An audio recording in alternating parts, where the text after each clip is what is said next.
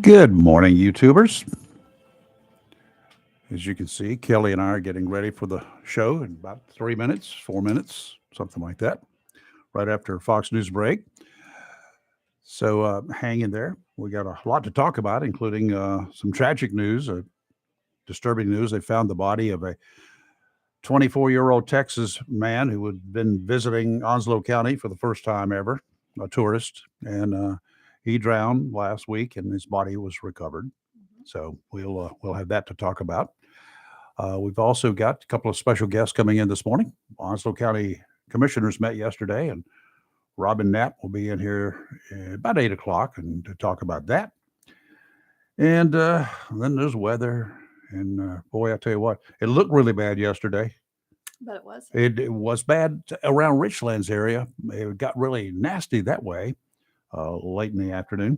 But around Jacksonville, just a threat. It looked bad, but nothing happened right here in Jacksonville. I thought things were going to get bad there for a little bit.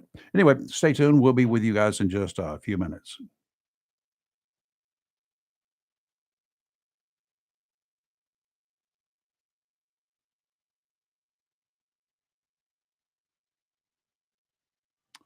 And if you have a desire to call in this morning, feel free to do so. We encourage it. 910-333-0139. 910-333-0139.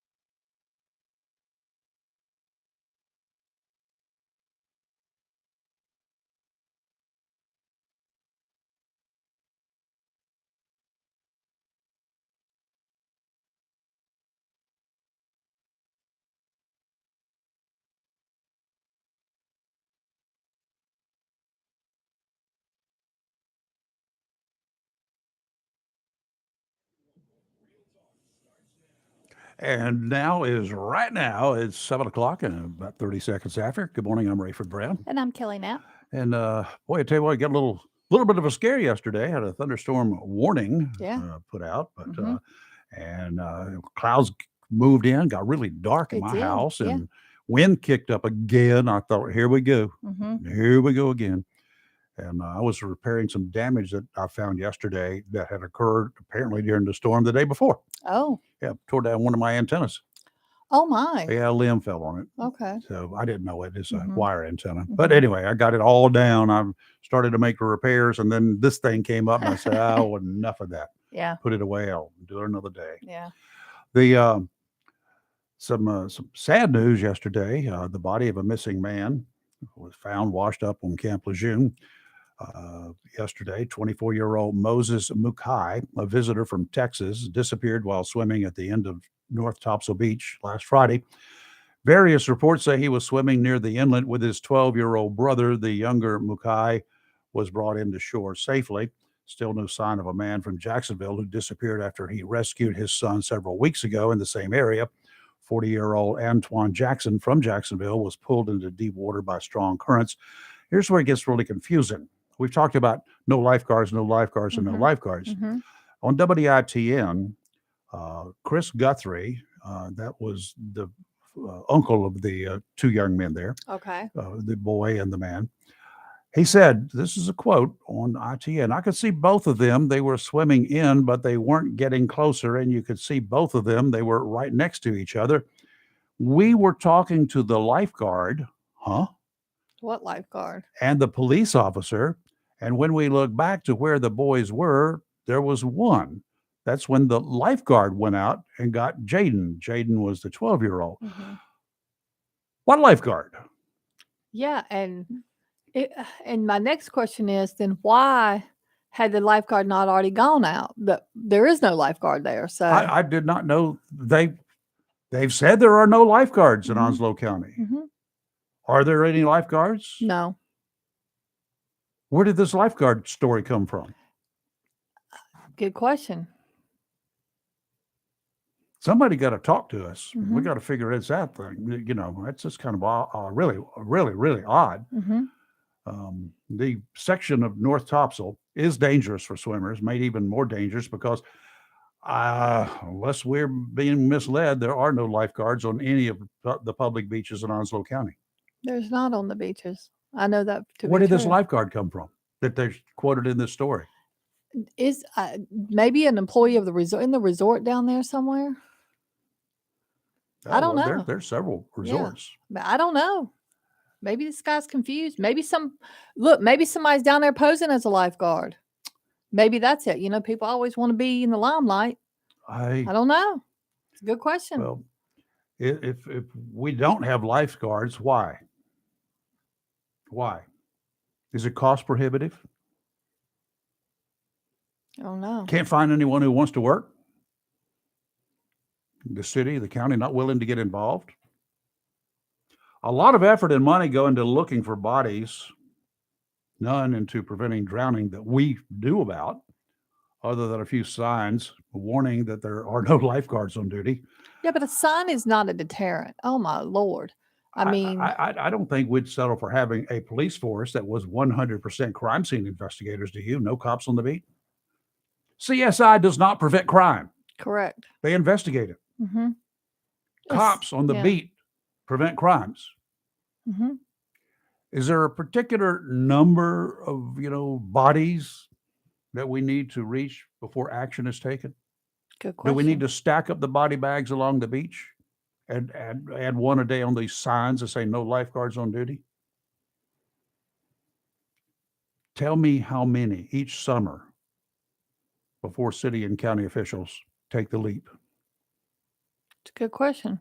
I think this is a definite prime opportunity for North Topsail Beach and the county to work together. Absolutely. The only beachfront property, public beach access in Onslow County Is is it North North Topsail. Topsail? Yeah. From the Surf City, from the Pender County Mhm. line north. That's Mhm. all North Topsail Beach, Correct. the city limits. Mhm.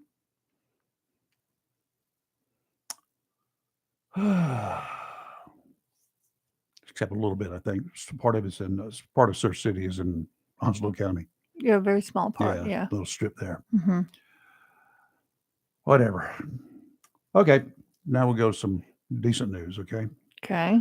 The spooks up there in Langley, you know what spooks are, I right? know exactly what they Okay. are. Yeah. They get a lot of bad press. Mhm. Most law enforcement agencies, quite often of the federal kind, don't particularly care for the men and women of the Central Intelligence Agency. They don't generally operate on U.S. soil unless there are foreign terrorists or spies at large here in our borders. Correct. Yeah. And in spite of what you hear or read, they don't carry guns. Mm-hmm. Sort of, kind of. Ha. And according to them, you can ask Robbie about this. She got to tour the Langley location. Mm-hmm. The CIA does not conduct nor participate in political assassinations. Okay. Robbie heard it straight from the mouth of a staffer at Langley 6 months after we were married.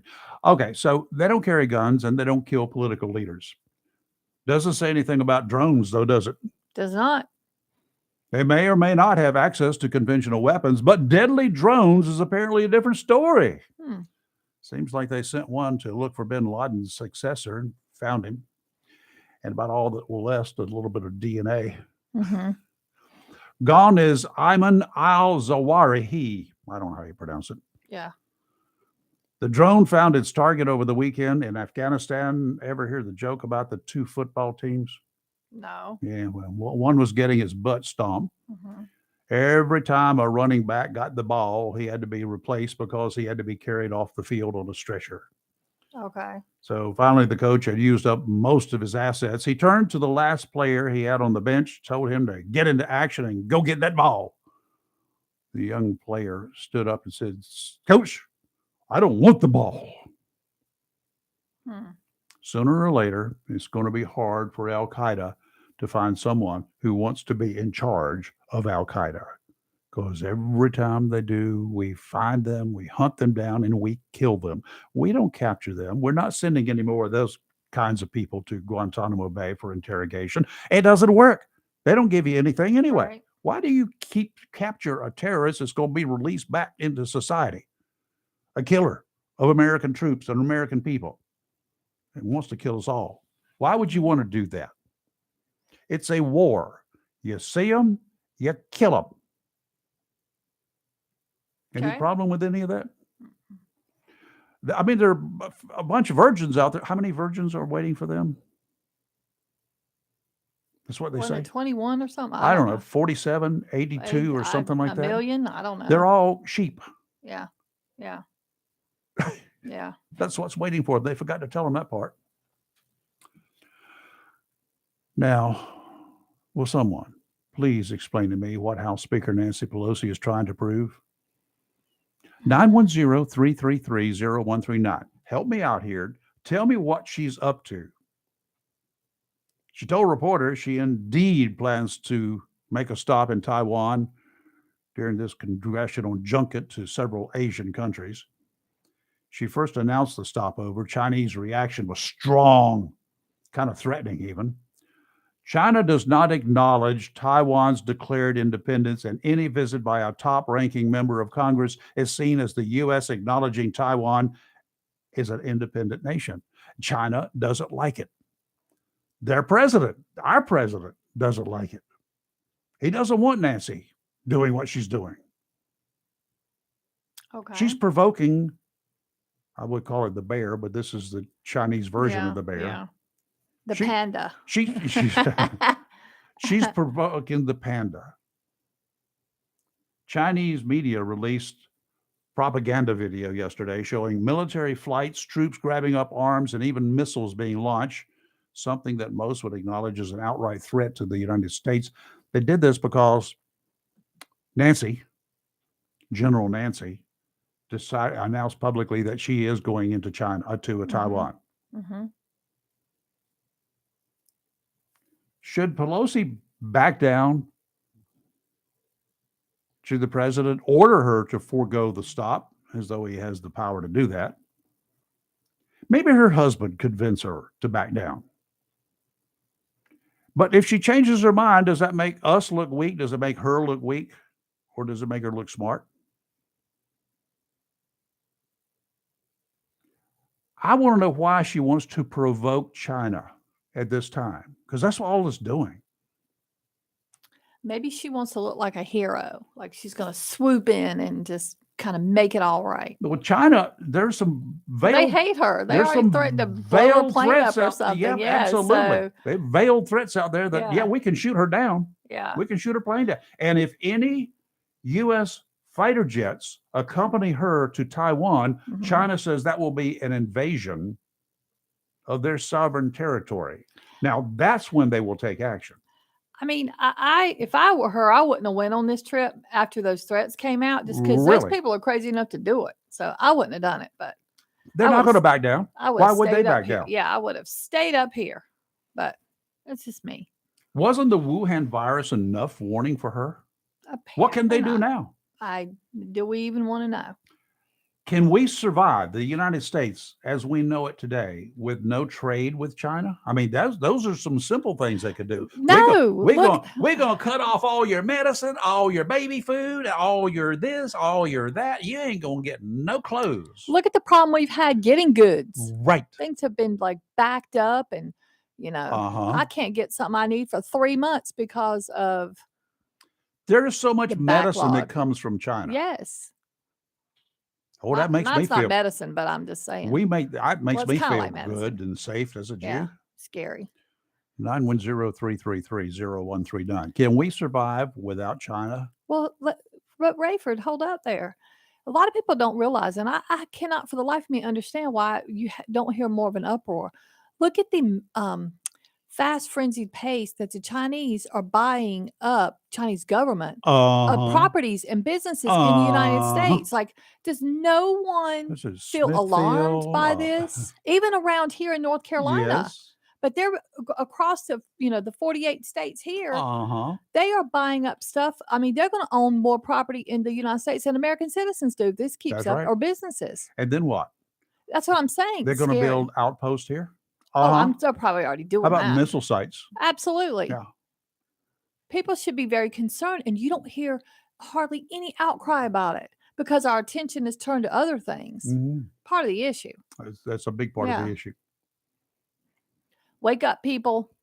Wake up. 910-333-0139. If anybody on North Topsail knows whether there are actually lifeguards there, please give us a call.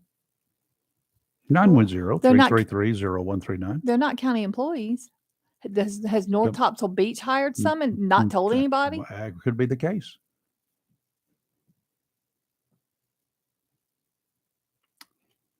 Lifeguards don't generally stand on the beach talking with a police officer and watch two people flounder in the water. It doesn't. I mean, and why were they? If they are, they need to be fired at the inlet.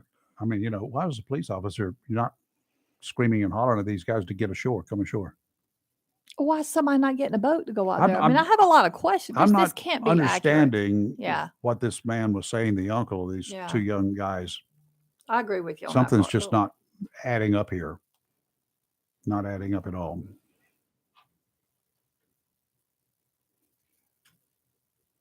Good morning. Who's this? My name's Phil. Hey, Phil. How are you? Good.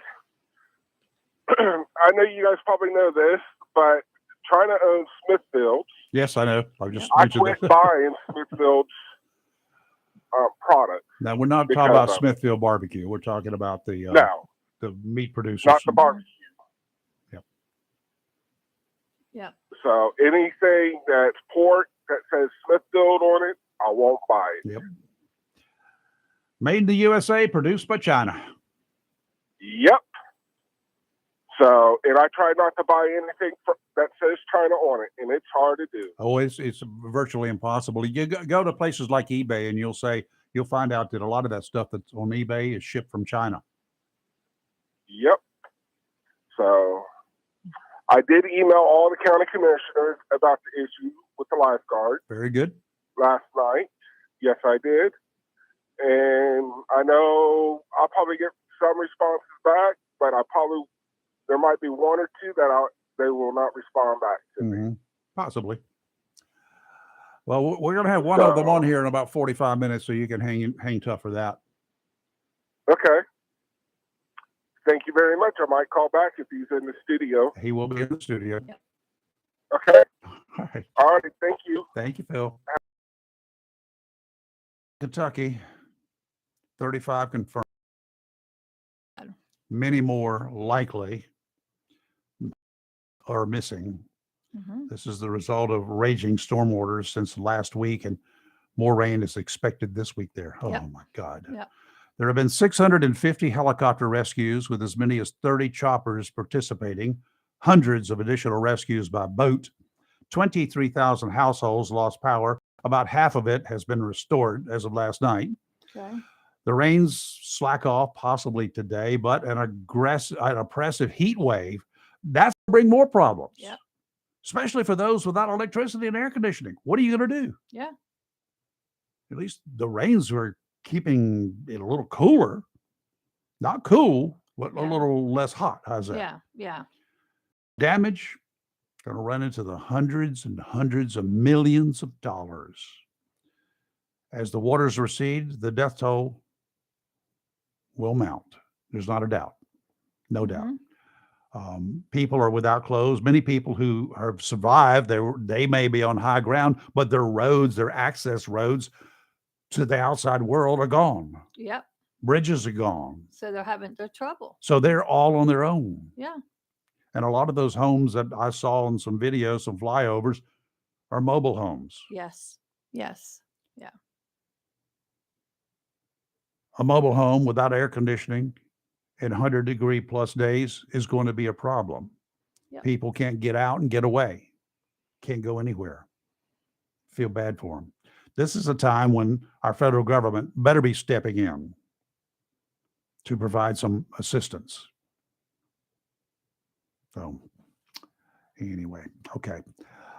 We'll take a break, do a little bit of weather. When we come back at 7:30, we're going to have a young lady in. She's the commander of the VFW unit out here in Jacksonville. Okay. And talking about PAC.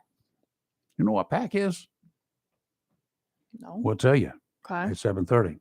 There's a bill in front of our legislators, and she's going to bring us up to speed on it. It deals with things like burn pits and other toxic materials that our veterans, many of our veterans, have been exposed to. Oh, wow. Yeah, Okay. over the years, I'd like to decades. hear about that. Yeah. We'll hear about it when we get about 7:30 this morning, so hang in there for that. You're live and local, Real Talk, Freedom 97.1, 1120 a.m., WSME.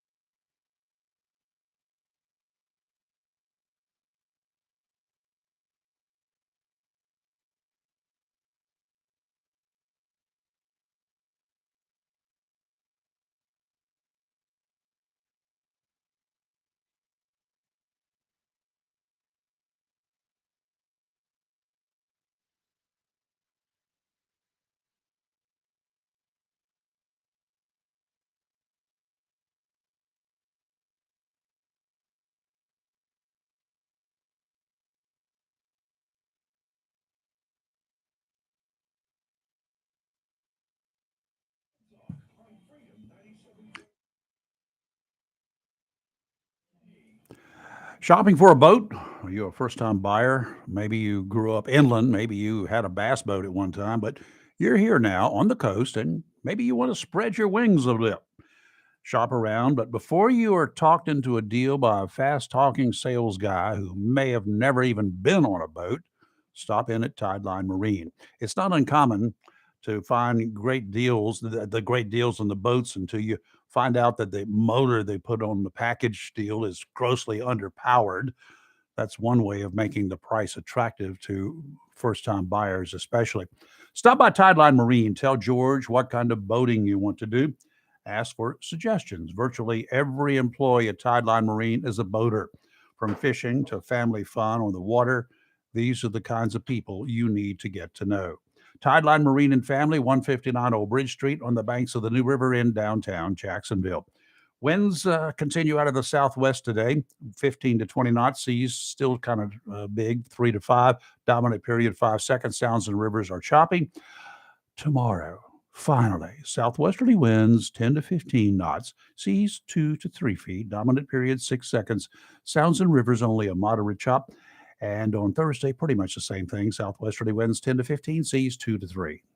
Today, mostly sunny, high of 94. Heat index value as high as 103, of course. Tonight, partly cloudy, low of 76. Tomorrow, mostly sunny, high of 94. Goodness, heat index value tomorrow as high as 105. Tomorrow night, partly cloudy, low of 76. And on Thursday, mostly sunny, a high of 91. 3 North Carolina deputies were shot yesterday morning as they attempted to deliver paperwork, they're calling it. It's an involuntary commitment for a guy. Okay. This has happened in Wayne County. The deputies had arrived at a home in Dudley to serve the involuntary commitment papers when the guy, the man, opened fire. Resulted in a 9-hour standoff. Oh, wow. Yeah. The deputies, that started about 10:30 yesterday morning. Authorities confirmed at a news conference that the guy, identified as Jordan Hamilton, had been found dead inside the home from an apparent self-inflicted gunshot wound.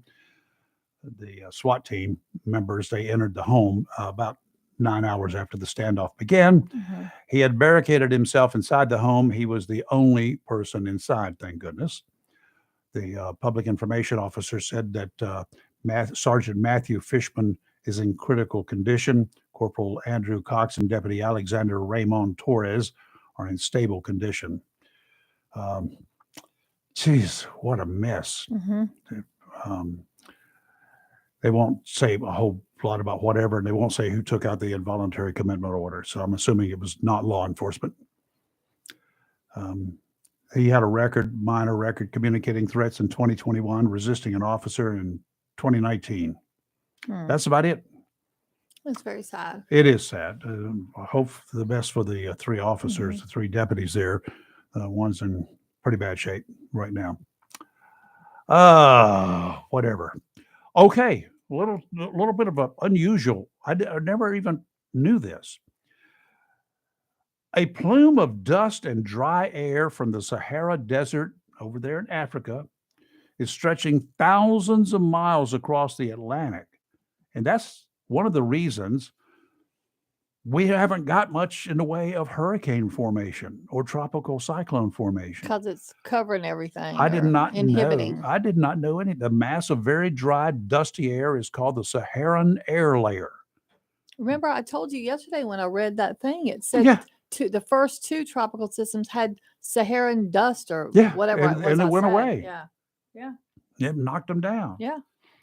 NOAA says it forms over the Sahara Desert during the late spring, summer, and early fall, moves into the tropical Atlantic every 3 to 5 days. Saharan Air Layer activity typically ramps in mid-June, peaks between late June and mid-August, then quickly subsides after mid-August. During this peak period, Saharan dust plumes will often travel all the way to Florida and the U.S. Gulf Coast, including as far west as Texas. Actually, that's about 5,000 miles away. It is. It's actually 2 to 2.5 miles thick its base situated about 1 mile above the Earth's surface, so that means it generally sits between 5,000 and 20,000 feet above ground level. I'm going to have to fly through that mess, I guess, Oh my, in yeah, a week and you a half. are. Yeah, Well, interesting. yeah. That's the outlook where it is right now. Yikes. The Well, they that call it right the there dust tracker. would explain why we're not getting. Yeah, they can't form up in that. Yeah. Maybe it could just stay right there Well, until the end of the well, if it hurricane peaks season. in mid-August, that means Yeah, it's that's why our prime September. time is going to be. That's why Yeah, September yeah. is always prime for us. So, well, let it just hang around for an extra period of time. What do you think? I don't think it will. Wendy, good morning. How are you? Good morning. I'm good. Thank you for having me. Let's see. Why is your microphone not talking loud? Bring it closer to you. There you go. Is that better? That's Oh, much that's more fine. better. Yeah. Wendy Silvera, she's the commander of VFW Post 9133 in Jacksonville, right? Correct. Okay, good. There's something out there called the PACT Act, PACT, Promises to Address Comprehensive Toxins Act, right? That is correct. There's more than tainted water at Camp Lejeune that we're talking about here, right? That is correct. The PACT Act, as it's known, there's a few different names that it goes by. HR 3967, honoring the pact. The Camp Lejeune Justice Act is within that PACT Right. Act as well. Sergeant First Class Heath Robinson Bill, or the Burn Pit Bill. And I say all of those names because everybody's calling them different Yeah. things, but it's all the same thing. Yeah, it's all the PACT bill. That is correct. And this bill addresses many things, and it affects, I'm here today because it affects a lot of veterans within my post, such as, I don't know if you guys are tracking Agent Orange. Hey, we think that's taken care of, right? No, there's more. There's like 7 new countries that they've found, along with cardiovascular, that's in that act. You have Gulf War illness, so our Desert Storm veterans are affected by this. You have, yes, the burn pits, and of course the Camp Lejeune Justice Act, which is the contaminated water within Camp Lejeune that's affected by that. Right. All sorts of toxins are out there that our veterans have been exposed to. Correct. Have we stopped that for today, or are they being exposed to some of these same things? We never know, I guess. You never know until after the fact, and they put you on a registry, because that's what happens. I'm on a registry for the burn pits. Really? Yes, from Iraq. I definitely am. I'm one of those post 9/11 veterans that fall into that category of going on that registry. So you've got through the gamut here in Onslow County, all different veterans from all different branches. Yes. Yeah, it fits every war that we've been in. Mm-hmm. So, well, it's not only the wars; it's even routine duty stationed overseas. Particularly if they're in, areas that they don't have the best sanitation in the world and whatever, so you can be exposed there as well, right? Correct. And here in Onslow County, we had some stuff go on as well. I mean, I know a lot of people don't like to talk about it, but it's important to recognize that some veterans, 53 through 87, I think is the period they cover, had some toxins. They were exposed to toxins. Yeah, because of the contaminated water. Yeah. Now let's talk about that for just a second too. I cannot open up my computer. Okay. I cannot watch TV very long without seeing commercials pop up from every lawyer. Not just commercial, because the other night I was up really late because I couldn't sleep. There was an actual whole 30-minute infomercial on commercial. Camp Lejeune Justice Water Act and how to get in on the lawsuit and blah blah blah. I was like, what in the world? Yeah. Are you experiencing a lot of like, good God, give me a break moments? Yes, and actually, we have post members that have talked about it that said, "Hey, I don't understand how they're getting a hold of me. They're calling. They're actually like blowing up their phones, and they're like, how are they getting my number?" And obviously, there's probably a registry somewhere that they're pulling information from. But what we tell our post members, we are going to have a town hall, but we're waiting for the PAC Act. I mean, there's no reason to have a town hall, and the act hasn't passed. But we're telling them, hey, be careful, because there's some things that you may not be aware of in past people have went into these class action lawsuits, not gotten a lot back. And lawyers get a lot of money. Oh, yes, they do. And some of them, I think 30% is the going rate. And when you do that, sometimes, I'm not saying with this incident, but sometimes you void your rights, your compensation benefits. Mhm. So it's important to know, if you're going into that you're talking with, some of your veterans organizations. And I'm not even talking the VFW. DAV is a great one. Right. IVA, all these organizations you should definitely talk with before you just enter into an agreement with a lawyer, because they have VSOs, veteran service officers, that are going to kind of point you in the right direction. There are any number of people living here who were born aboard Camp Lejeune, including my wife in 1950, who lived at Camp Lejeune during that period of time, during about 6 years or so. These folks out there are reaching out to them as well, the lawyers. That is absolutely correct. And it's not just veterans, it's their families that are affected by this PAC Act and the Camp Lejeune Justice Act. It's DOD workers that worked aboard Camp Lejeune. So it hits a variety. Civil service, correct. So there's lots of different people this affects. Yeah. So it's a tragedy that whole circumstances are awful, what occurred. And we finally have admitted that it did occur. And it did occur. It did. There's no doubt about it. No doubt. Unfortunately, it just went on for way too long, 20 plus years, 30 plus years, that they know about. 53 to 87. They finally got it under control after 87. But they knew about it before then. They did. There were complaints about it before then. What irritates me? Why wasn't something done earlier? As soon as it's discovered, fix it. Acknowledge it and fix it, right? Yeah, well, that's what veterans want, their families want. Once you start identifying a problem, we're starting to see a trend, then definitely it's time to fix it. So where is this PAC Act bill now? Okay, so that's a problem, isn't it? It's a big problem. So June 16th, the Senate passed 84 to 14, and bipartisan. They passed that. It had a technical correction that needed to be taken care of. And they said, hey, after 4th of July, we're going to go ahead and get this passed. We've got the votes. It's not going to be a big deal. Let's say today that was a month ago. That was a month ago. And I remember reading an article, which is weird. It was a local article, and it had a picture of the Camp Lejeune sign. And I remember reading that article and thinking, oh, no, this might not pass. And that was based on Senator Tom Tillis's statement that he put out to us as well. And I said, oh, no, this might not pass. We come back July 27th, which was last week, 55 to 42 vote. 25 senators changed their mind on this. Why? What are some of the things that you're hearing? I would ask you. I know obviously you guys have heard some stuff. I mean, I'm going to dispel some rumors as well. Probably other stuff was included in the bill. It was not. So I think you have a standalone. So there's not other stuff. This is a bill strictly for veterans, and nothing was added. Okay, there's not the language. Okay, so it was going to be too expensive, right? That's another thing, right? But I say to those that say, hey, it's too expensive, we can send money to Ukraine. We can do a lot of different things. And I know that's not probably what people want to hear. There you go. But what's the price of what's too expensive for veterans? You send them to war.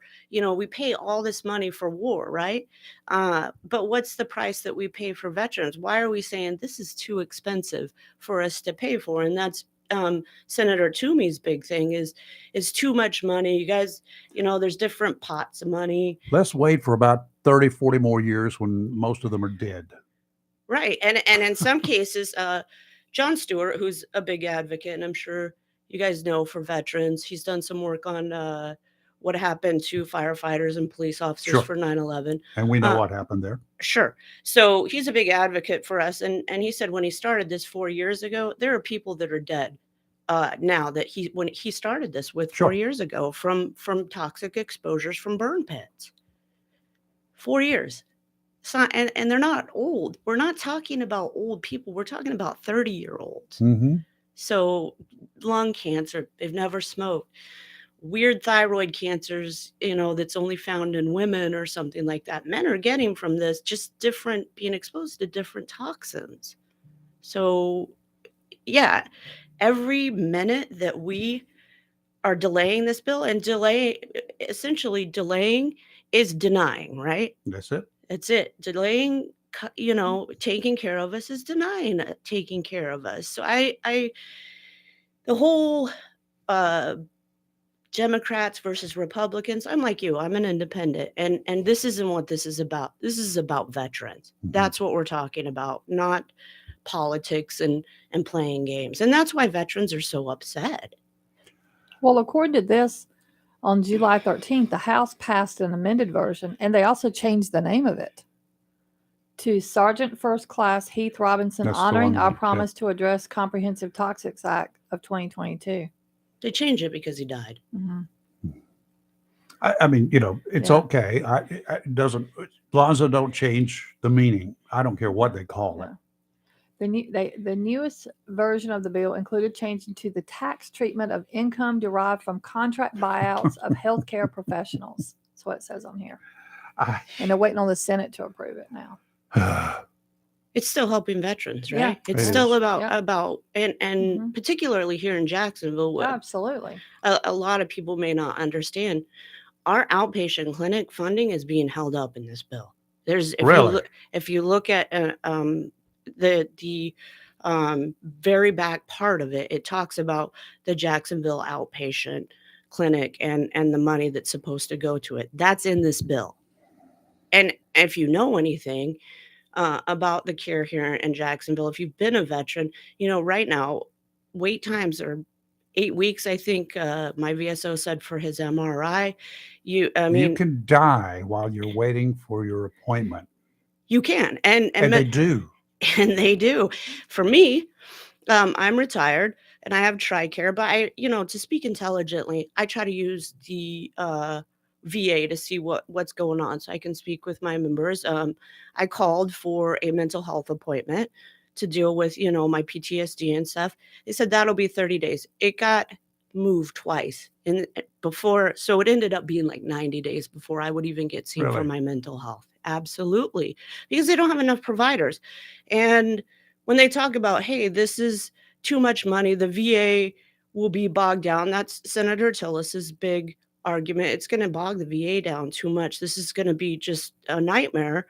The Secretary of the VA testified before Congress that, hey, this is going to give us some money to be able to be competitive, to pay actual providers so that we can get some providers in. Jacksonville's problem is lack of providers. So we're going out in town. And even then, you have to have people who will pick you up out in town because the VA doesn't pay along the same lines as private practices. Sure. Wow. So what do we, the people, need to do? Well, again, I don't like to talk about politics, but well, that's the way we have to work. It is. Everything revolves around it. Contact our senators. Tom Tillis and Richard Burr both voted, and I'm going to name them out. They both voted no on this bill, and that not just one time, but twice. And it's weird to me because when I look for their contact information on their websites, they both talk about how they help veterans, and veterans health care is their number one priority. And I'm not saying that they don't, but specifically Tom Tillis talked about what he's done for burn pit victims. Well, you're saying that on one hand, but you're voting no, and we don't have a logical reason. What is the reason that he's giving? His reason is that it's going to bog down the VA system, as I was saying. But where did he get that information? I have no idea. That's just from his public well, it's already bogged down. Yeah, it can't get any more bogged down than it already is. So that's a dumb answer. That's a dumb answer. It is. And to say, well, let's not throw money at it. I get throw money isn't always the answer, but if it can get us providers in here to Jacksonville, if it can get us a clinic here to Jacksonville, why would he not want that for us? We're currently driving. Why not just put out the money to get a clinic here? That's what needs to be done, right? Yeah. There just needs to be a clinic here. As you know, there's a clinic here, but it's already before. No, you guys know the issues with the clinic here. And not talking badly about anybody. No, it's overloaded. It's overloaded before it even was built. Yeah. Yeah. So that's the problem. We're driving to Wilmington. We're driving to Fayetteville. I got a dog bite last week. Let me tell you, I had a dog bite me. It got infected. It got infected. So I try to call the Jacksonville clinic. I can't get anybody on the phone. So I call the Fayetteville VA and I say, hey, this looks infected. It looks pretty bad. It's hot, whatever. Um, Talked to the nurse and she said, oh, you need to go to the emergency room here right away. And I said, I'm like 2 hours away. I'm not in Fayetteville. I'm in Jacksonville. And she says, okay, well, go to the emergency room there. I'm like, well, where? And she's like, okay, either urgent care or Onslow County because you're not going to get seen and you need to get seen. That's an issue. And it wasn't even like late at night or anything like that. It was in the morning time. There's no reason I shouldn't have got seen. So they have no emergency services at the VA center. The clinic here, they do not. That's what I mean. No, they do not. You have to go out in town, which again, then it becomes an issue of taxing the out in town, which is not. Community care is important. But depending on the care you're getting is based on who's willing to take it. There's one urgent care here in Jacksonville that will take anybody that has VA insurance. So of course, I use my TRICARE retired. Now everybody doesn't have that option. You've got 20,000 9/11 veterans living here, and it's not even just retirees. You've got a lot of our Right. post members are very young members that they have no other health insurance but the VA. Mhm. So some things need to change with that. Anybody have a question or comments? 910-333-0139. We're talking with Wendy Silvera. She's the commander of the VFW Post 9133. There you Did go. I get it right? You got it Okay, right. good. Let's take a quick break. You're live in local Real Talk Freedom 97.1, 1120 AM, WSME.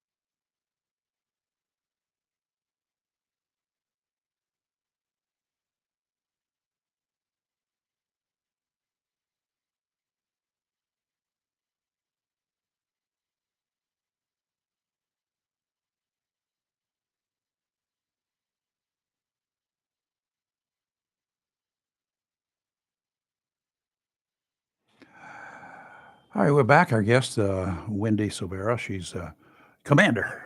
I like that title. It's commander, the big boss. Fancy. Yeah, of the VFW post here in Jacksonville.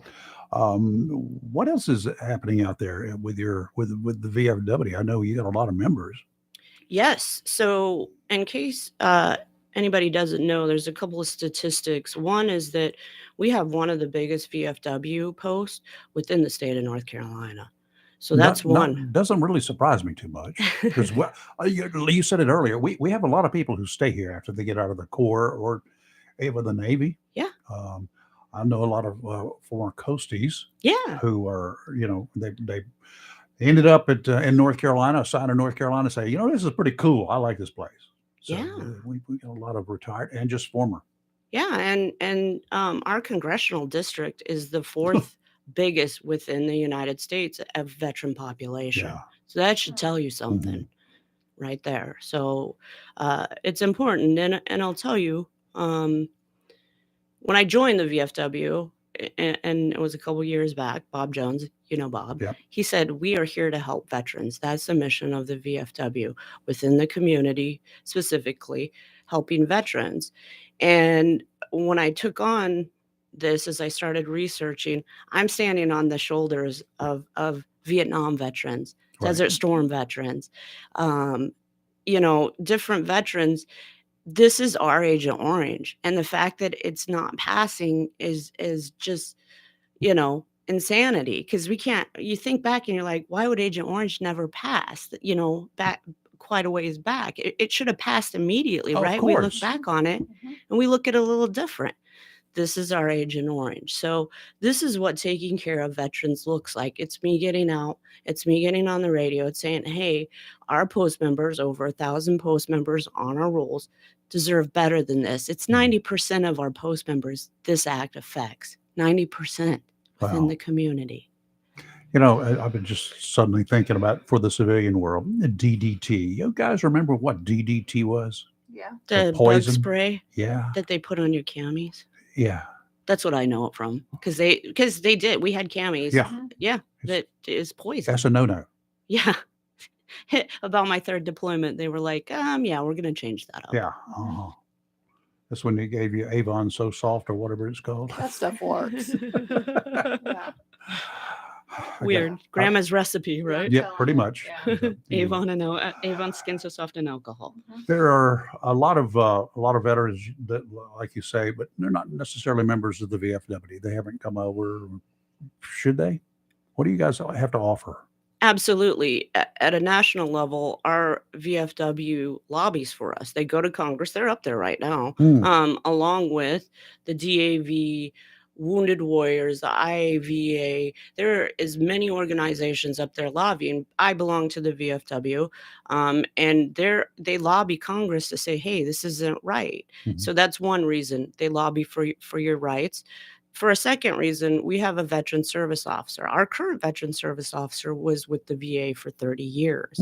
So he kind of knows what he's doing. Yeah, And guess Better. what? It doesn't cost you anything to go see him. We don't ask you to join our post. If you don't want to, if you're not comfortable, don't do it.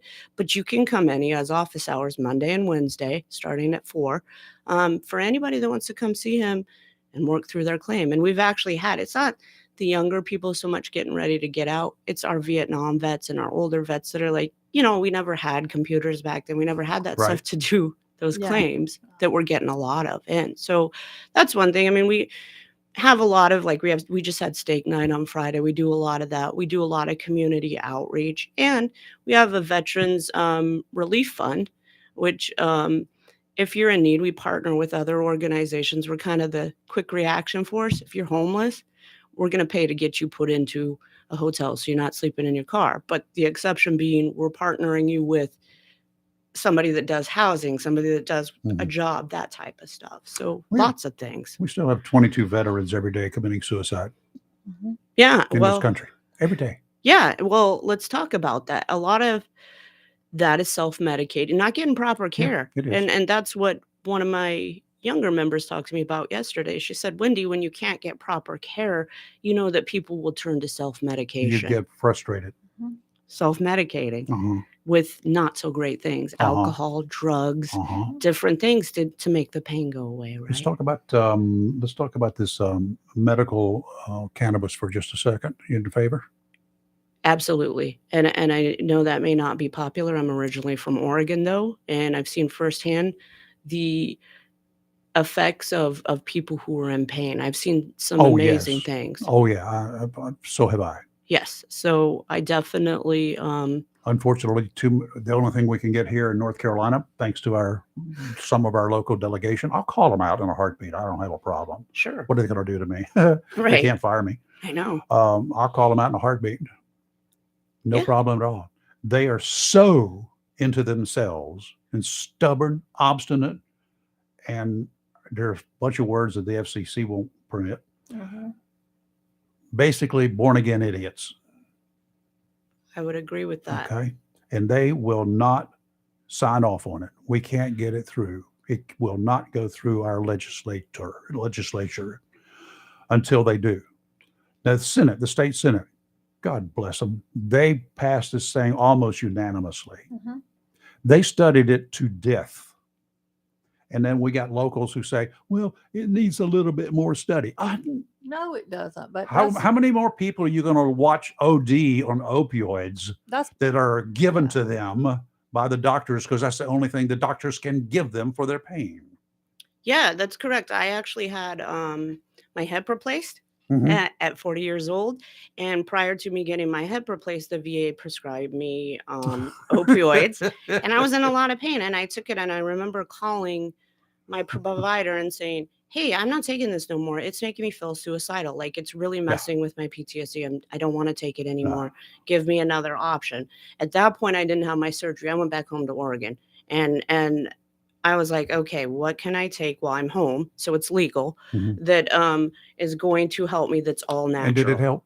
Oh, absolutely. I when I'm back home, I swear by it. Obviously here it's not legal, so I don't do it, but Folks, reach out to your local delegation that's correct. here in Onslow County. You don't have to worry about Senator Lazara. He's already signed off on it.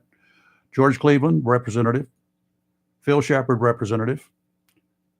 Jimmy Dixon, I don't know what his stance is on it, but he represents a portion of Onslow County. and then look into the people running against them and see what their Absolutely. Yes. what their stances are. Because if they're for it, then that's who you need to vote for. Bottom line, because That's I it. already said it. I'm not voting for George Cleveland because he won't support this. So Nope. not getting my vote. Sorry, I'll not vote for doing it. me first. Yeah, Me too. I'll And then vote for his opponent, and I've never done that in my entire life. So, Right. I just want to say though, like as a VFW representative, this isn't VFW views. This is my personal yes, view. Yeah, I So understand. absolutely. let me Yeah. throw that Well, disclaimer out there. well, that's not a problem. Yeah. But I'm asking you as a person because you had issues.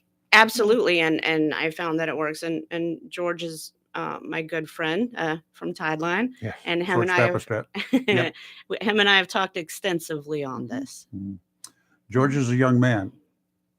He has issues. He has lots of pain. A lot of pain. I'm around him a lot, so I know the pain that he's in. And as you get older, there's this thing called, one of the Ritus brothers, the arthritis brother. Correct. Sets Good in, gracious, yeah. that stuff is Yeah. extremely painful. Yes, and if you're have went through some stuff in the military, it's at a younger age that you receive it. Yeah. So You what are you self-medicating with? Are you alcohol or that? I mean, what's the difference? Mhm. And the great state of North Carolina is already involved in the production of alcohol, the sale of alcohol, the lottery, and what else? I forgot what else it is. But anyway, cigarettes. I mean, North Carolina's a tobacco state. Mhm. Give me a break. Give me a break. Wendy, thank you. Yep. Thanks Thank for you so coming in. much. I'm going to run out to the Jeep during this break here and give you a couple things to take care of. Okay, All will right. do. Thank you so much for having me. You're live and local, Real Talk Freedom 97.1, 1120 a.m. WSME. We'll be right back.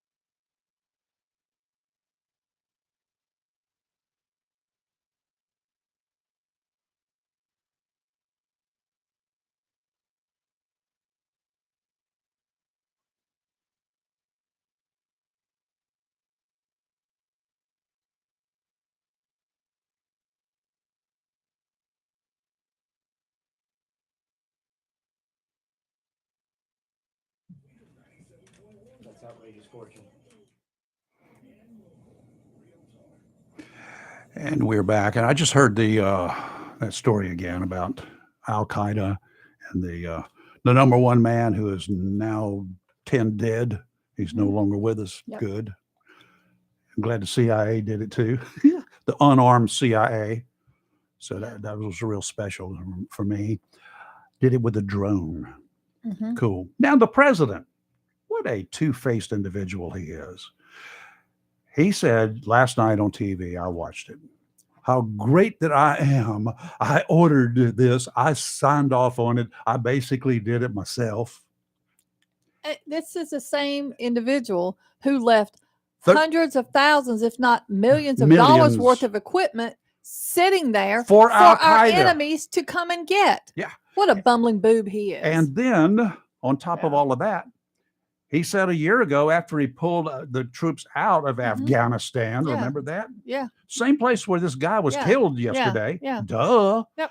Pulled him out and he went on TV because I saw the clip of it again last night. Okay. It refreshed my head. We took care of Al Qaeda. They ain't no more. They don't pose any threat. They're done. They're dead. They're out of here. There's no problem with them. Right. Who tells him this stuff? What kind of idiot is in charge? I mean, it's not him. What kind of idiot is actually in charge of this country? I don't know. Good question. Don't have an Okay, answer. enough of that for the time being. Robin Knapp's in here. Mhm. You know him? I do. I know him. Okay, good. Mhm. How you doing? I'm good. How are you? All right. Well, I'm not good necessarily, but I'm me. Well, you're standing up. You're Yeah. 6 feet above, That's right. so that's a good thing. Robin's county commissioner, retired NCIS agent, just in case you guys don't know, former Air Force guy. Yep. So that's pretty much you've pretty much worked most of your life feeding off the people, right? The taxpayers have been funding you. I'm not going to answer that one. I That sounds like a setup question. It was. We do appreciate your entire work, your ethics as well, especially your ethics. So it's worth paying for, believe it or not. So thank you, Thank you. first of all, and thanks for what you're doing on the county commission. Doing a good job. We're trying. Yeah. All of us are trying hard. You guys have got seem to have things a bit more under control than has been in decades past. After watching the county commissioners of yesteryear, it seems like there's a lot of I don't want to call it camaraderie, but consensus among the board. Well, the thing that's unique about our board, and I've said it before, is that we all have varying opinions, varying ideas, and different concepts of what we believe in. But fundamentally, we believe in the same thing. We're all conservative, regardless of what people may think. We may have some different opinions on certain issues, but the thing about this board, we don't go in there contentiously, and we don't argue with each other. We don't scream at each other. We talk like adults, like we're Right. supposed to. Right. And then we take a vote. And however the vote on any particular issue falls, if it's 5-2 or 4-3, whatever the majority is, that it passes the board, and we put our differences aside and we move on to the next issue. I look at a lot of things. So some people don't understand what the board has. A lot of the business is not decided in advance. Of course, you don't figure out what the votes are going to be, but there's a thing called a consensus agenda. You take care of basically the work that has to keep the county running, Right. generally with a consensus agenda, right? Correct. And I cannot recall, maybe I've missed some, of course, but I look back and I say, well, that's a unanimous vote. That's a unanimous vote. That's a unanimous vote. That's, most of the time you guys seem to vote unanimously for things to keep the county running. For the most part, there are issues that come up that that several of us have said no, or had varying different opinions, and we state our case. I know on several issues I've done the same. I voted no after the board has voted, consensus to pass a particular issue, whatever. That it depends on what the issue is. You can't unanimously say that everything flows smoothly in terms of voting, because we don't vote alike. If you look at our voting record, we all vote differently.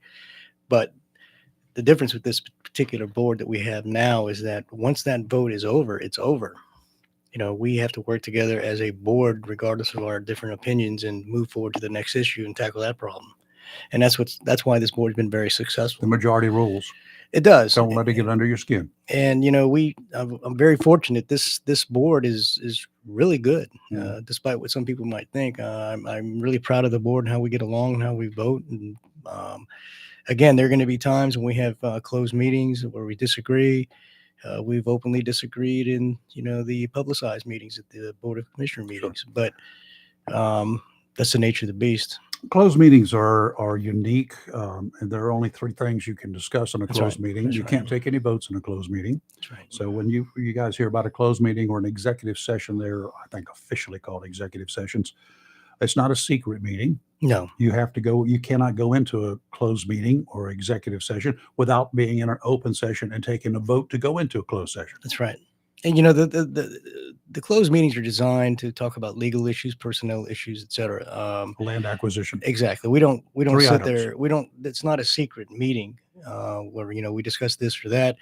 I mean, when you go into a closed meeting, we don't even take notes. You're not allowed to take notes. Mm-hmm. The minutes are sealed at the closed meeting once it's open, done, and then we move back into an open meeting. Mm-hmm. So when I hear people talk about the commissioners are always meeting this or meeting that, no, we're not. We're that's the farthest thing from the truth. We have our closed meetings, which are advertised. Mm-hmm. They're advertised by our office. It's put out there. We attend those meetings, and sometimes a lot of times it's in conjunction with a open meeting, the Board of Commissioners meeting, which follows shortly thereafter. But in terms of working out differences and stuff like that, the commissioners will call each other. Hey, what do you think of this? I want to propose this. What's your thoughts on that? That's how we conduct our business. There's no secret meetings. There's no closed door meetings where we're talking about every topic under the sun. The closed meetings are specific. Yep. And you have to go into that meeting, that session, with that specific deal announced. And a lot of people don't understand too that the commissioners, although we meet twice a month and we have our closed meetings and we have budget workshops and things like that because we're responsible for the budget, obviously. But we talk a lot. We talk daily. I can tell you right now, I talk daily with several members of the Board of Commissioners, sometimes 2, maybe 3 times. And a lot of us have our regular jobs, and so we find time in between, while we're working to make the phone calls. But we have to deal with issues as they come up, and it's for those Kelly folks, can attest to that. Even like last night, I was on the phone. So for those folks out there who think that you meet twice a month and for a couple hours here and a couple hours there, my dad was Board of County Correct. Commissioners years ago, and he was on the school board. Correct. For a couple of terms. I know the amount of work that he had to put into it. Exactly. And it does take away from family. It takes away from your business to a certain extent, because when you go to a meeting, you have to take time off for your work. We do. And, depending on your employer, like, who I'm employed with now, they're very good. They're very good to me. They're very understanding. I can leave when I need to. I just advise them today. I've got a meeting I've got to attend to, and they're like, we'll see you when you get back. There's a lot more work that goes on, being a county commissioner, because most of the commissioners that sit on that board right now really have a willingness to serve the public. That's what we're there for. We're definitely not there for the pay. I can tell you that. But that's not the point. Per hour, you're not making minimum wage. No, far from it. But that's not the point. The point is that we're here to serve. We're here to put the interests of the citizens as best we can as a board forward. Not all citizens are going to agree with our stance or some of our viewpoints, but that's life. Just be mature enough about it, discuss it. If you have an issue with me, for example, and I can speak for probably some of the other commissioners, if you have an issue with me that I adamantly disagree with, I'm going to listen to you. If you come to me, you come to the table, you present facts, and you can convince me or show me why your way of thinking is better than my perception, then I'm likely to change my thought process. That's just common sense and communicating with somebody. What's the biggest issue facing the board right now? Which day? Overall for this year? Well, we're in a new calendar year. We are in a new calendar year. We got past the budget process, which is great. We tried to do everything we could to be fair for the community, fair for our government entities, the Onslow County government, for example. And now we're stepping forward. We're in the new fiscal year. Now we're kind of seeing what's happening, seeing what's developing. One of the biggest concerns right now on our minds, of course, we're in hurricane season. That's always a thought. It's always in the back of our heads. Sure. We're always preparing or thinking in advance as to what we're going to do if this situation occurs. And we're just moving forward now. We're just moving forward and pressing forward. There are different issues that are across the board, and that we address each one differently. Well, as far as hurricanes are concerned, the National Hurricane Center says no tropical cyclone formation predicted in the next 5 days. That's probably because of that desert. It is. That what is it? The Saharan desert sands or something like that. I heard you earlier on the radio. Yeah. I wish that thing would just stay there for the next 2 So months. would I. If I could stay through November, that would be happy with me. It'd make me very happy. Okay, now one issue that and it's a pet peeve. You want to hear it? Oh, I've heard it. It's not the tax rate. Why doesn't Onslow County has a tourism board, right? Mm-hmm. We tell people we got great beaches. Come to the beach, come to the beach, come to the beach and drown. Because we ain't got no lifeguards. It all falls within the town limits. The entire public beach of Onslow County falls within the town limits of either Surf City Or North Thompson. or North Topsail. Correct. Most of it's in North Topsail. Correct. A small sliver of it's in Surf City. Why? Well, number one, okay. It's expensive. I'm not even going to say that. Good. I mean, you can't equate life with money or anything of that nature. Mhm. The problem is that, as far as Onslow County is concerned, like Beach Access 30, okay, it's basically underwater now. I mean, it's because of the erosion. It's not even there. Mhm. Most of the beachfront property is owned by North Topsail Beach. Correct. They have control. They have control over the access. They have control over the parking for the most part, except for what we have for the county. So that falls under their jurisdiction, so to speak.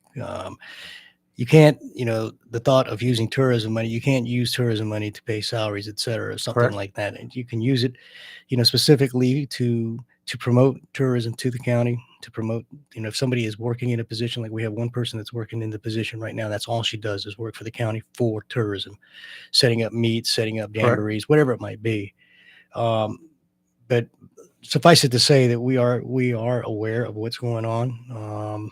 Unfortunately, we had a couple of individuals that have passed because In of 3 drowning. weeks. And one of the things, though, that inlet is very dangerous. Yep. And there are signs posted there that there's no swimming, et cetera. I know it's people ignore signs. I get that. Yep. But anybody who's going to go swim in the inlet, knowing how rapidly the current changes, is How does a guy from Texas know that? well, I don't know. I mean, he should probably educate himself. He should probably read something about it. He should heed to the sign that's up there. No swimming allowed. Absolutely no swimming allowed, or whatever it might be.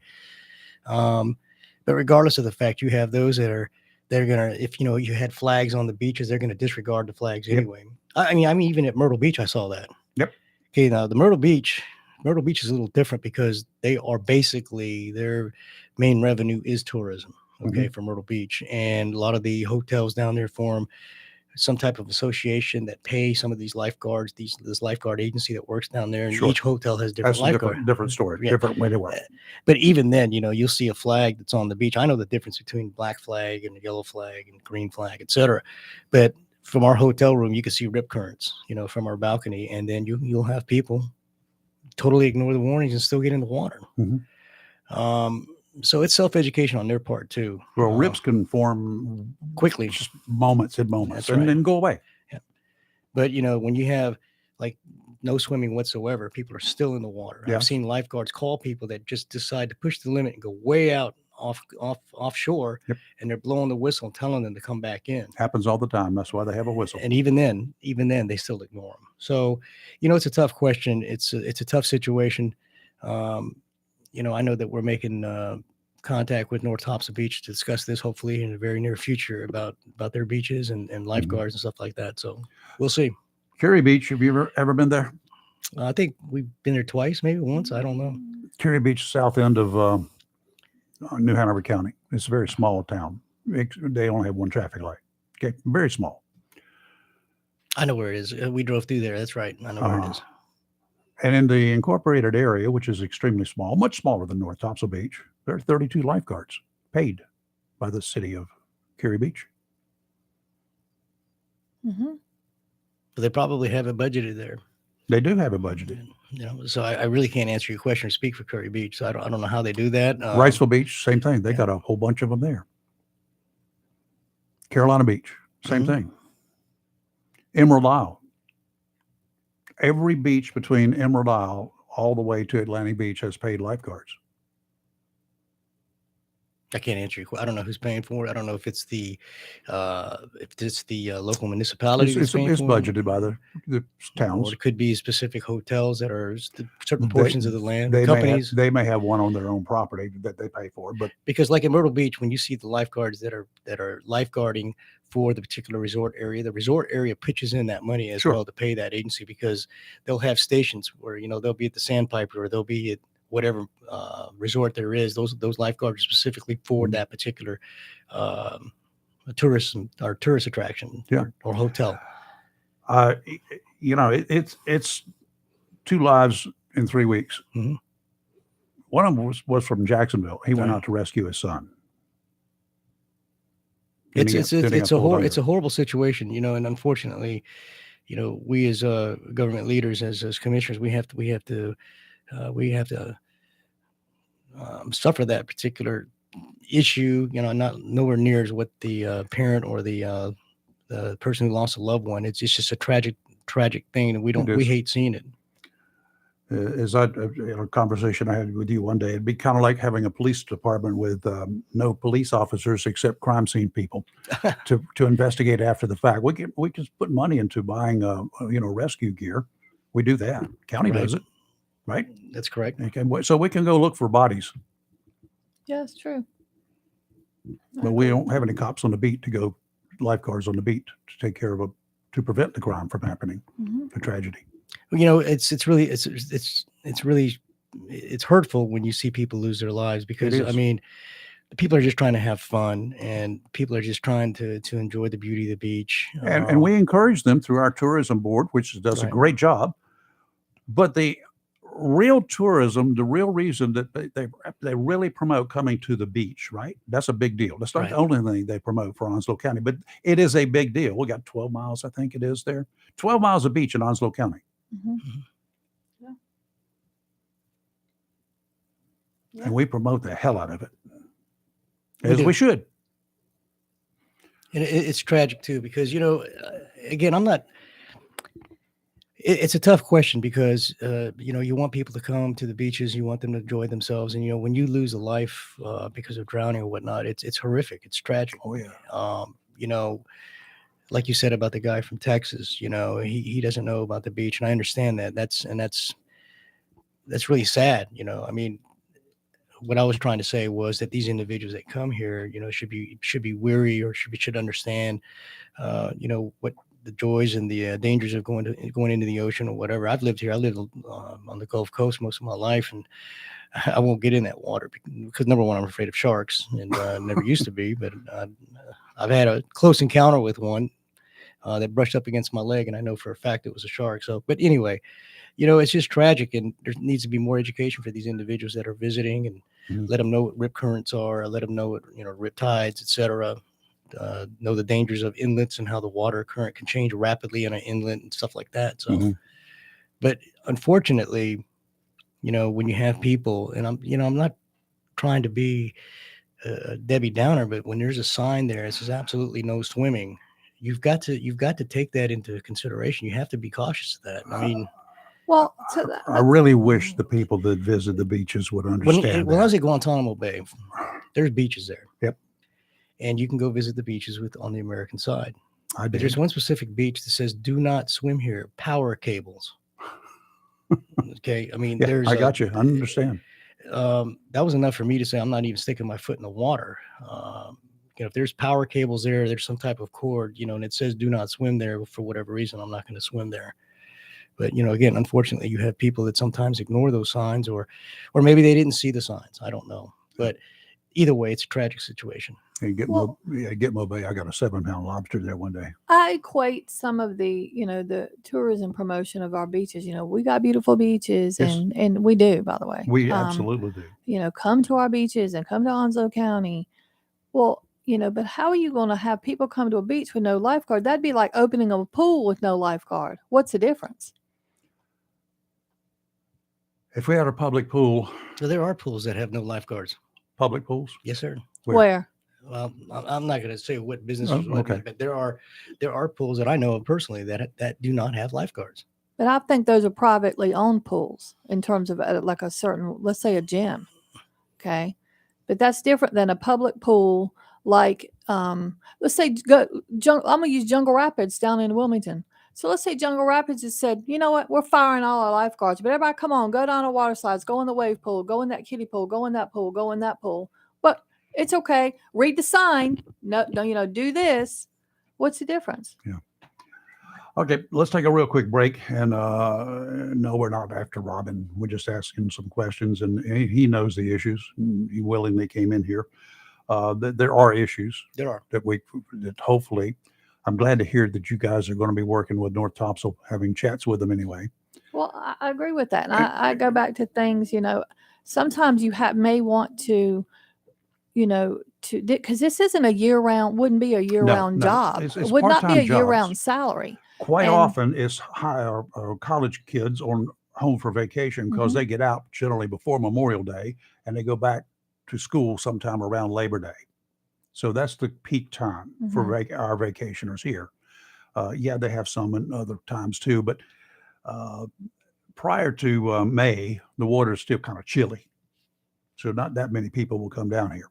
Well, the problem too, though, is if you look at our beaches here at North Thompson, we don't have nearly the resorts or the hotels. No, like- private homes. Exactly. And there's open beachfront property there. I mean, you go to Emerald Isle, from Pine Knoll Shores, Indian Beach, that's private property. There's no lifeguards there either. I'm not making that an excuse. I'm just pointing Well, out. then don't promote the beaches. Then don't have the county promote the beach. Problem solved. So then people go, okay, there's other things you can promote then. But I think it's irresponsible of the county to promote something and then not make it 100% as safe as you can. That's how I look at it. That's just my opinion. Look, y'all, the county people, this isn't Robin's opinion. This is Kelly's opinion. So I'm going to state that for the record right now.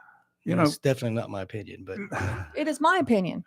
But I guarantee you, my opinion, based on the number of texts I've gotten, there's a whole bunch of people out here that feel the same way I do. Yeah. Well, maybe So- all these places there that are renting, I know they kept tourism tax, right?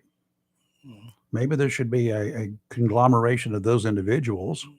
well, keep in mind too, so I hear what Kelly's saying about her opinion, and I tend to agree with her to some point. Okay. Do I think we should not promote the beaches? No, we should continue to promote the beaches. And I understand her point about trying to make beaches safe and all that stuff. But, and for goodness sakes, don't interpret this as non-caring, because we do care. We care about everybody in this county. We care about our beaches. We care about the safety of our constituents by far. That's our number one concern.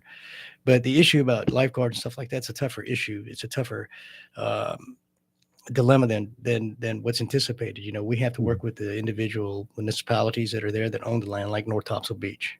Okay. Sure.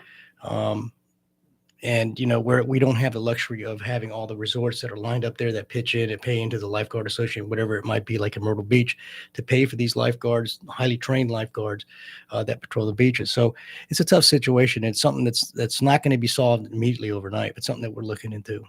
Okay. Well, we've got until next spring. Got a budget year coming up. You just got out of preparing a budget, so now you start preparing another one, right?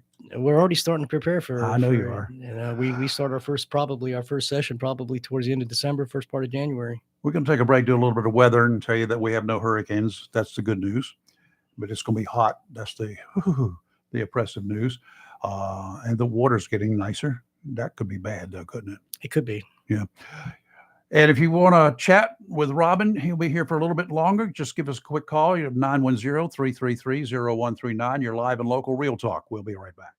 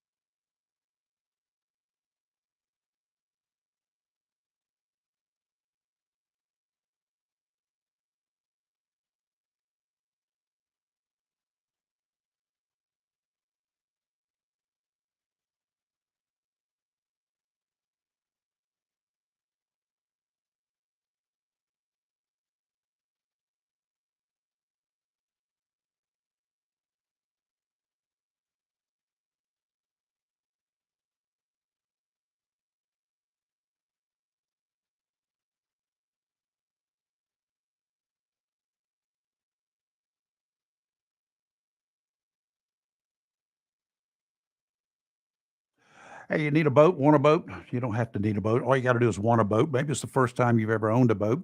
Maybe shopping for the first time. If you grew up inland, maybe you had a bass boat, but you're in on the coast now. Maybe you want something that you can take in the intercoastal waterway, offshore, or wherever.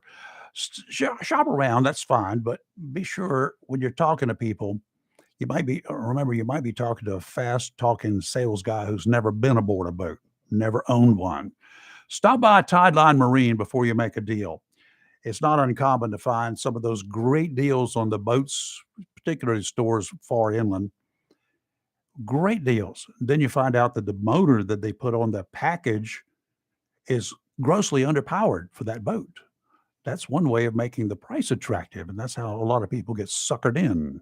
Stop by Tideline Marine, tell George what kind of boating you want to do, and ask for suggestions. Virtually every employee at Tideline Marine is a boater. From fishing to family fun on the water, these are the kinds of people you need to get to know. Tideline Marine and Family, 159 Old Bridge Street on the banks of the New River in downtown Jacksonville. Southwesterly winds continue today, a little bit blustery, 15 to 20, seas 3 to 5, dominant period 5 seconds.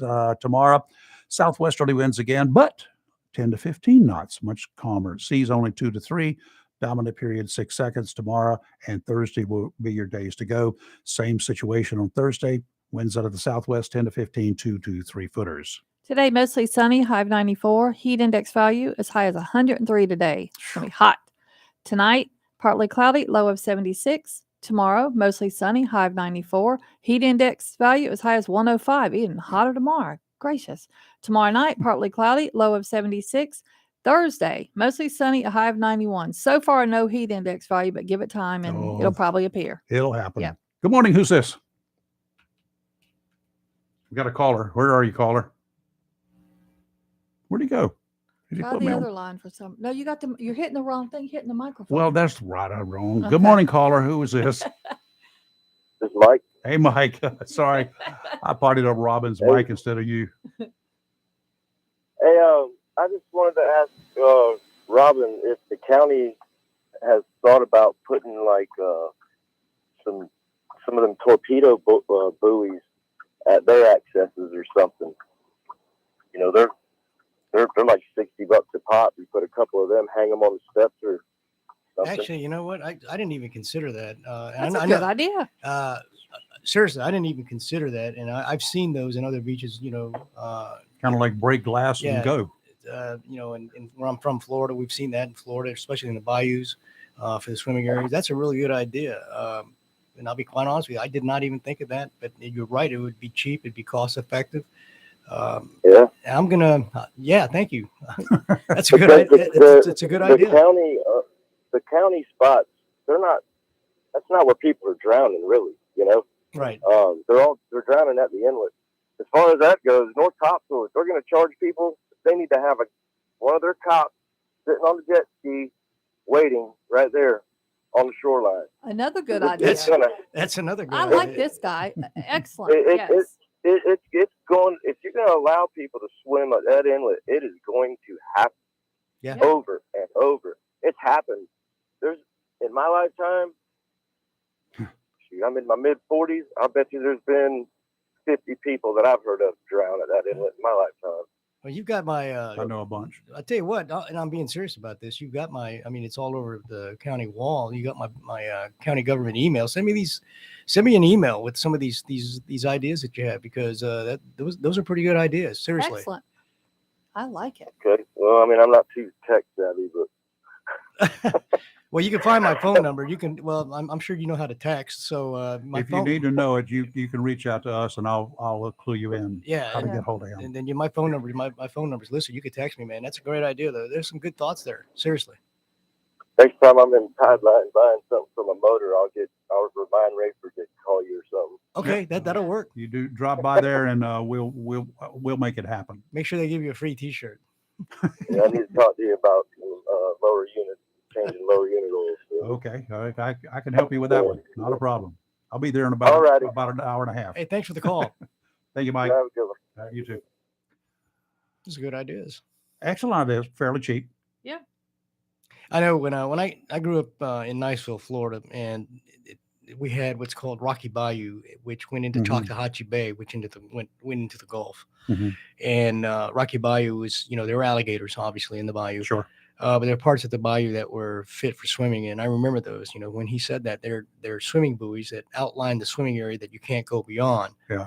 For one reason or another. It didn't always prevent everything because gators can still get in there. There's no net. Sure. But it was kind of a visible warning to you not to enter this particular area. Well, that's one thing. In the inlet itself, it's going to be tough to keep any buoys out there. Now, the inlet, the people don't understand with the inlet, it's dangerous because the water is ever changing and it's rapidly moving in that inlet. And then when you have erosion built in on that, it can change completely. Let me tell you what happens there, because I go out that inlet on a regular basis. All right. The shoreline on the north end of North Topsail, the shoreline is only spitting distance from 30 feet of water. Yeah. And that current through there, full-born current going out, outgoing tide, son, let me tell you what, there's Mark Spitz could not have swum against that current. The other thing, and I used to be a lifeguard. I was a water safety instructor when I was a teenager, and we had lifeguards at our pool that we had on base and stuff. But if you're going to get into the water, for example, I pride myself in being a strong swimmer. I can swim. I know how to do that, but I'm not going to test the currents because when you get out there and if you can't swim, and if you're a weak swimmer, and you get into water that's about chest high, and a current comes or a wave pushes you back, and then all of a sudden it drops to 20, 25 feet, you're done. You're in a precarious situation right there. So, it takes a lot of common sense too. Like the caller just called just a few minutes ago talking about the inlet. And that's just a dangerous area to be trying to swim or anything else of that nature. I think what Mike was talking about too is poles up and down the beach where you put these buoys on, swimming type buoys, or a torpedo buoy they call them, where you could just grab one and either throw it or go to the person it's in dire straits, because it'll keep you afloat too. Yeah, it's just inherently what comes with beautiful beaches, and they can be dangerous. They are dangerous. Anything to do with the water, the ocean can be pretty dangerous. And okay, let's go to a public swimming pool. We've got to get one in Onslow County somewhere or another. We've got to get people to learn to swim too. I got it. Yeah, I totally agree. The public swimming pool to me is a great idea. It really is, because when I was growing up as a kid, actually what we all did as teenagers and stuff, we used to hang out at the pool. That was our hangout pool. And that's where I learned when I was about 9 years old, when I was about 9 or 10 years old, I learned how to swim. My dad took me there to swimming lessons, and I got really good at it. And I fell in love with swimming. I fell in love with diving, actually, off the springboard. Right. And then I got really interested in it. Then I became a lifeguard. Then I became a water safety instructor. And that's where I spent my summers, was at the pool. Full well you did that pick up girls. Okay, let's move on. At age 9? No, as a teenager. Okay. I've seen his pictures of teenage.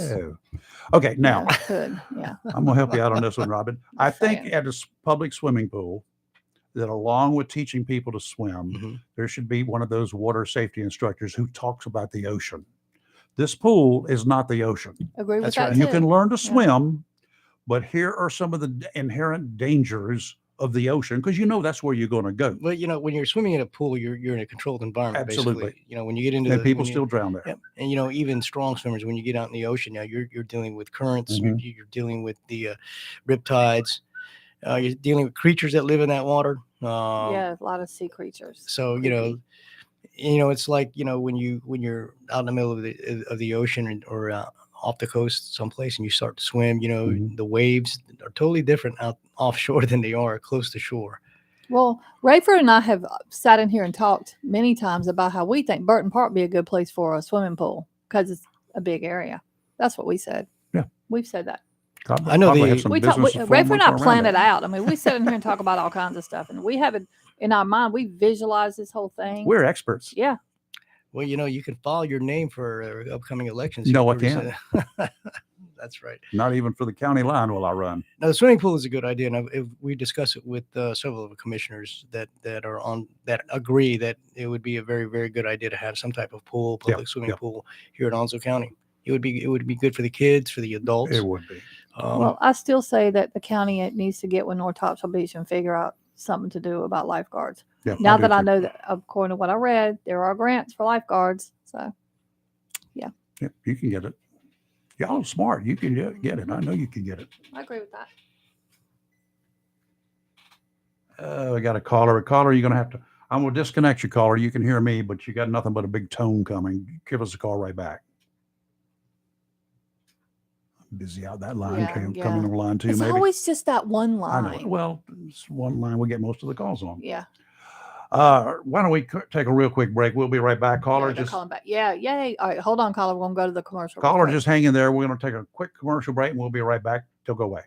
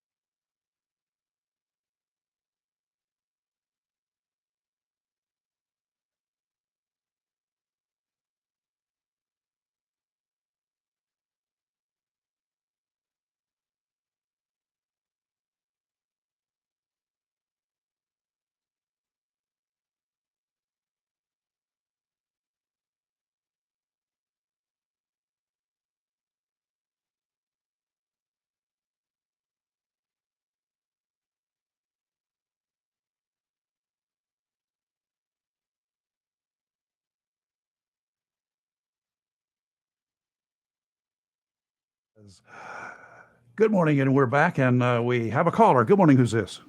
This is Joy. Hey, Joey. What's up? Good morning, everybody. Morning. I was thinking about the signage. I missed part of the program. When they pay parking, Uh-huh. do they pay there at the beach sometime, and sometimes do they mail in their payment? I think it's done by credit card at the pay stations themselves. And it goes to North Topsail Yeah, Beach because it's the a county doesn't charge to park. Nope. Yeah, we don't charge. Only- So yeah. my question is, there's not like a human being that can hand out like a signage for warning signs of what this sign means, like if we had it on the beaches. No, they don't see a lot. Yeah, they don't see a live human.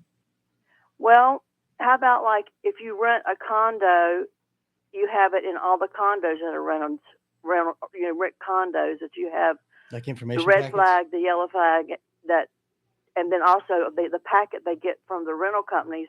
You have it inside that packet also. That would be a good warning. idea. That's another That's good a idea. wonderful idea. Yeah, it's an excellent idea. That yeah. could be actually made a requirement. Yeah, because you Yes. can, yeah, the county can make that an ordinance. Mm-hmm. Yes, I was thinking about that, and also, I don't know. I haven't been to Topsail in a long time, so I don't know if they have those signs that would indicate on the beaches what those flags on the brochures would match with. In other words, the red flag means this, the yellow flag means that. I don't know if they have those kind of. I don't know. I don't know if on they the do or beaches. not either. Who Right do now, they even put the flags out? Because who puts the flags out? that would be Right. the fire So I department. was or thinking police that would be a way Yeah. that you could at least put them in the condos that are going to be rented, put it in the brochures, and then put them on the beach. At least you won't have a little sign, or I don't know how big the sign is. I shouldn't say that because I don't know for sure. But don't swim in this area. Yeah, that's good. But if you have the rentals and in the brochure packets and on the beach, that's like a triple warning without the. But I agree, we do need the lifeguards. But that might be a little opening. to Even sort of- with lifeguards, there are times that lifeguards Yeah. are not on duty, like after 5 or 6 o'clock Right. in the evening. Yeah. There are times, before the lifeguards come on duty for the season. They may not Yeah, be because there. see, some people have never even seen the beach before. Yeah, I Some know people don't even know about how the ocean works. So this might help educate some people that come to our beaches. Yeah. That's just an idea. That's all. And I agree with the pool, and I agree with needing lifeguards. But I was just thinking of a way to educate somehow. Education is great. And Emerald Isle actually has a big sign up as you enter the beach explaining sir. what all the signs are, all the flags are about. Mm-hmm. I think they had the same problem that Topsail's having now, or that area, and I think they came up with. I know that on their Facebook page they were shooting out different ideas because they were having the same issues, and the group that I guess live there year round came up with different ideas also. Sure. So, anyways, that's my 2 cents worth for this morning. Joy, thank you. We appreciate it. Thank you. Robin, you armed with some material here today. Yes, sir. I have. It's been fun, educational at the same time, and it's always good to give the perspective from our side of the point as far as commissioners are concerned. I appreciate you coming in too. And you knew what you were in for. Oh, I did. But you're a big man. You can take it. I mean, we're not attacking you individually. We're it's not part of the attacking, job. We're not even attacking the county. We're just trying to get something done.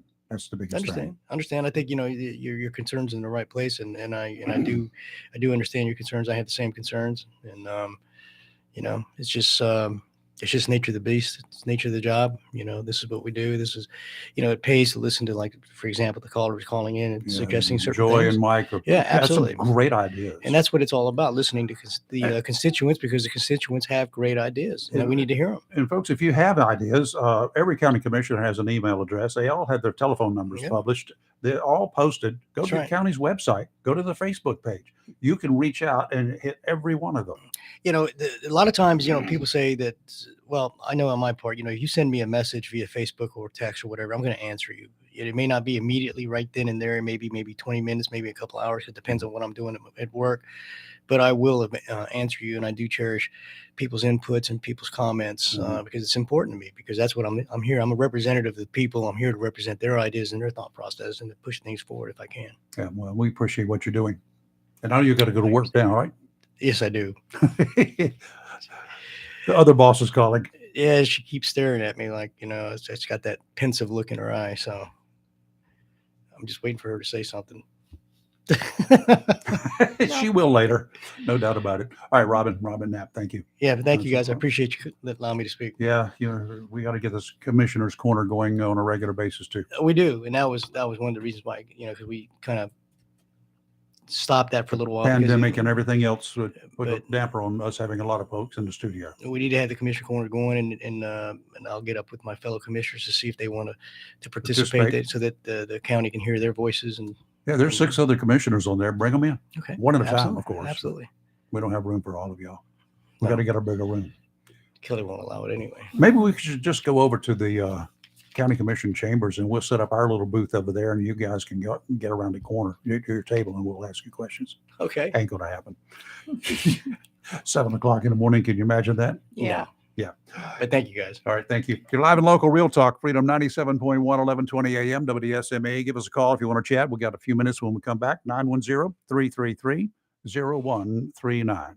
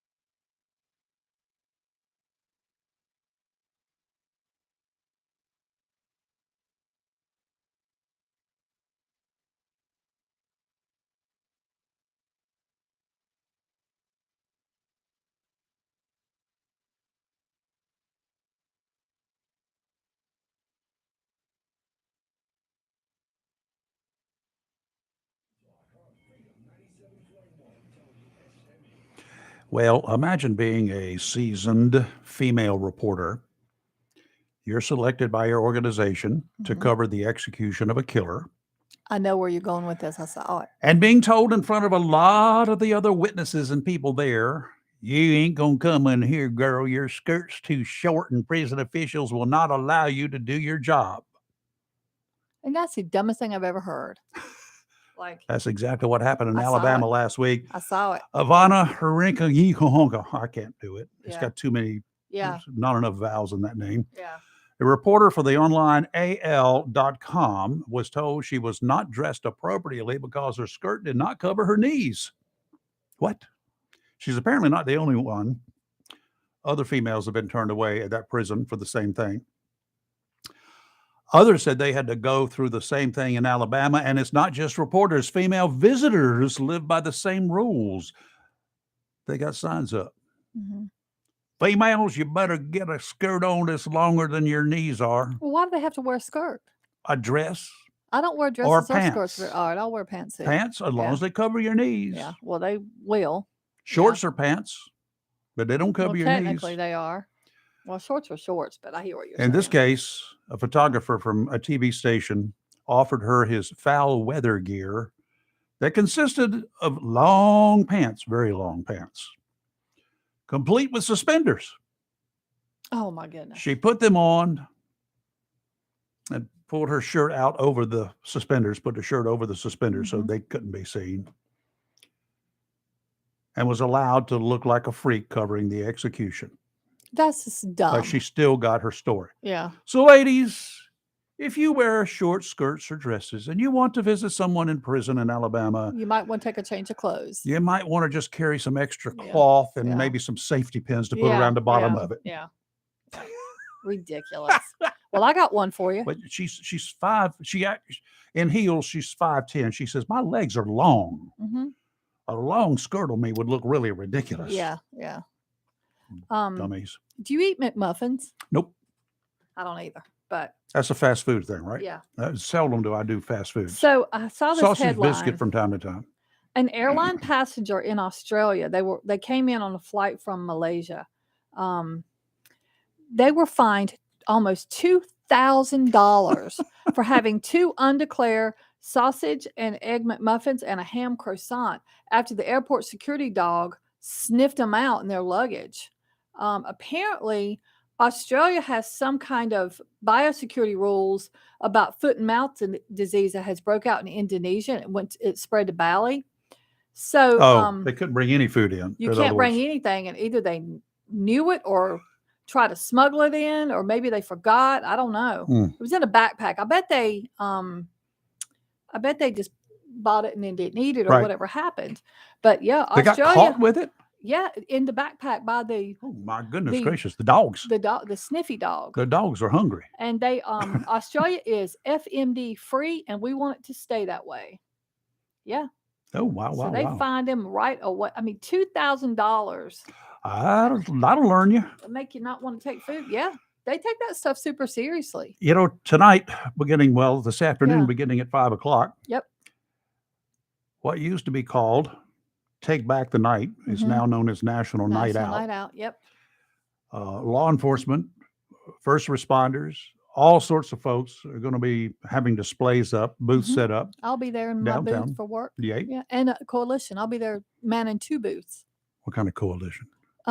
Substance abuse prevention. Oh, Mhm. not that other coalition. No. Absolutely not. You had to explain yourself there, girl. Sorry. No, the CSAP, the Substance Abuse Prevention Coalition. Yeah. So that starts at 5 o'clock Mhm. today. Going downtown. Do not take your dog. Please don't bring Don't it's take your hot. dog and leave your Please don't dog bring in your the pet. car either. No, just leave your pet at home. It is a lot the of air people conditioning. there. It's hot. You don't need to have your pet walking around. Short skirts and shorts are permitted. It's going to be hot. Just definitely dress appropriate. I mean, for the weather. I Yeah. mean, I wouldn't go wearing pants or anything like that. You fall No, out. no wool pants. Oh Lord, no.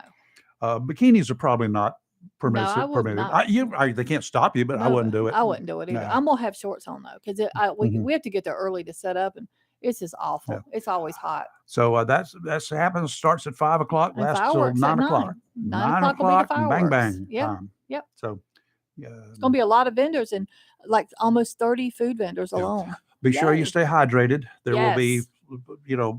the vendors there will have soft drinks and water, hopefully Gatorade, that kind of stuff. Yeah. I went through 2 bottles very quickly yesterday. I bet you did. It was hot. I was outside Yeah. Very hot. trying to correct a problem Yeah. that Mother Nature did the night before, Yeah. the day before. Keeping you on your toes. Yeah. and I had to cut through the bushes to get to up to my antenna mast. Oh no. Oh yeah, skeeters. And I was worried about snakes. I was starting to say, what about snakes? But I made a lot of Yeah. noise. Snakes don't get along with noise and vibration. They will No, go but the other way. unless they want to fight, they just haven't. That's cottonmouth water Yeah. moccasins. Yeah. So, Oh no. I don't have any of those. Let's give me the heebie-jeebies just thinking about it. When I had my snake shot stuff that I'm not supposed Mm-hmm. to use, but I had it there just in case for Well, fire away. prevention. I'm just Oh, saying. absolutely. Just saying. Okay, we'll be back in here tomorrow. Mhm. Dr. Rose will Yeah, join us. she'll be in here with us. And I'm sure we got some questions. Monkeypox. Oh my goodness gracious. Monkeypox is becoming a is real issue. Like I am real I have problem. seen some really Mhm. graphic pictures. I have a friend that's a doctor, and they've shown me stuff that they normally don't show the public. Ugh. I'm gonna tell y'all right now, monkeypox scares me because it is gross, and gross. Just gross. It's so Anything you get from monkeys is gross. well, that Think just, about it in the cages.